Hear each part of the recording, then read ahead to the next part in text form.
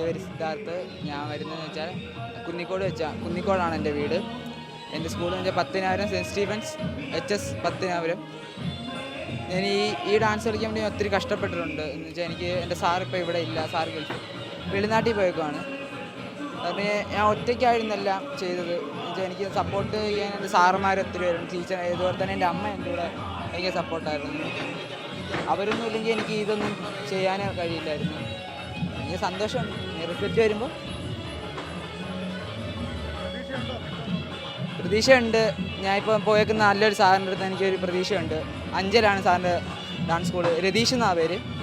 ആ സാറ് കൊണ്ടുപോകാന്ന് പറഞ്ഞു, എന്നെ അടുത്തോട്ട് ഉറപ്പായിട്ട് നിന്നെ സ്റ്റേറ്റ് കൊണ്ടുപോകാന്ന് പറഞ്ഞു. അതിൻ്റെ പ്രതീക്ഷയുണ്ട്.